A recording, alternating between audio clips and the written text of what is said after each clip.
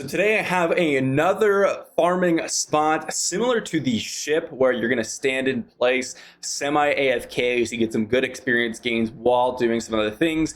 I do it while I'm editing videos and things like that. But we're going to jump into this spot and showcase it very similar to the ship. Let's get into it.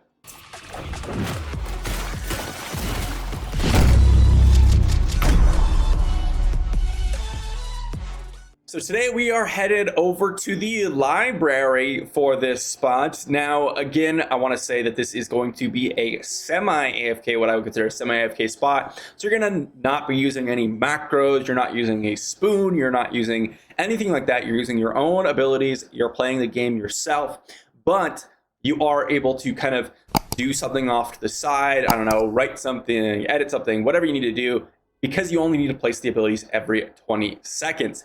Now, we are headed over to the spot, but I guess we got to stop for this orange. It's an obligatory orange here. But for those of you that are interested in farming these areas, and we also got a legendary for this, there is nice to have a few extra spots so that whenever someone wants to go ahead and farm the ship, you have a few options for that method of farming. We're going to head to this area right here, this little rectangle. It's right to the northeast of the arriving ingress point waypoint, and it's very, very simple. It's even easier than the ship, in my opinion. What we're going to be doing is hiding in each of the four corners of this room, and then we're also going to be working together as a group and killing off that middle area. Now, once again, this is a spot that you could use for solo farming, or you could use for group farming. If you're playing and going and doing it as a group, you're gonna want that 4 players in order for you to each take a corner of the room. So you have one spawn over here in the left side corner, another spot in the top of the room, another spot in the right corner, right here, and another spot at the very bottom. Each one has a group of about 5 to 6 monsters that spawn, and each one can spawn the extra rarity monsters like the yellows, the blues, etc. And then, as I mentioned, there's going to be one spawn in the middle, and it's the whole party's job to go ahead and tackle that spawn, whoever wants to handle it, or if you all want to jump in together.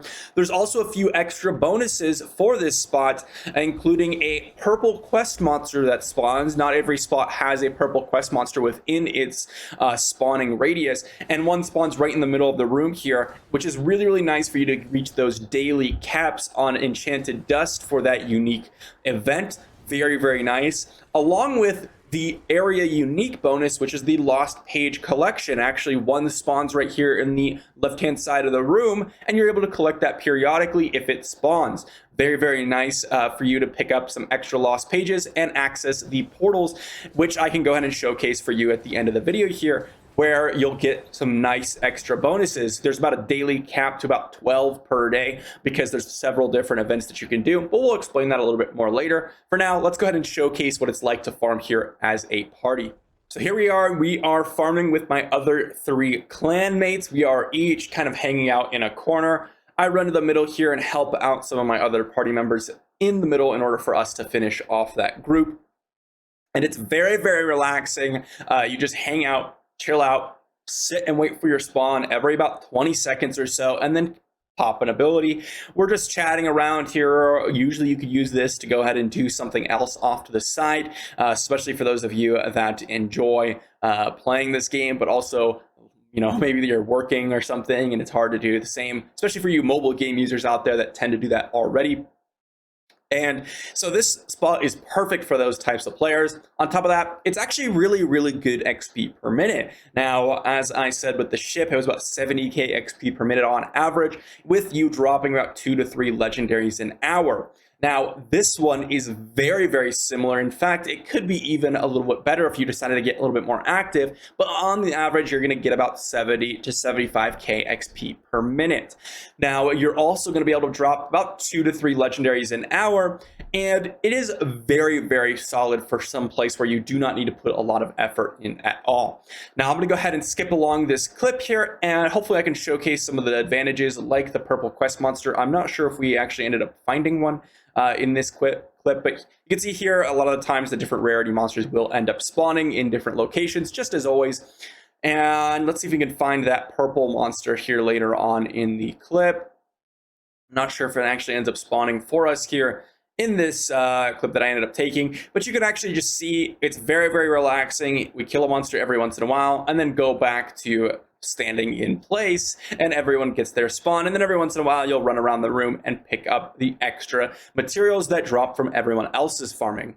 I also really quickly wanted to show this clip. You have the potential to get infinite kill streaks here. You can see we're at 131 kills. If you would like to stall out some of the kills and just slowly basic attack them down, it's much more difficult to do. You probably will have to go ahead and take off some of your gear in order for you not to one-shot them.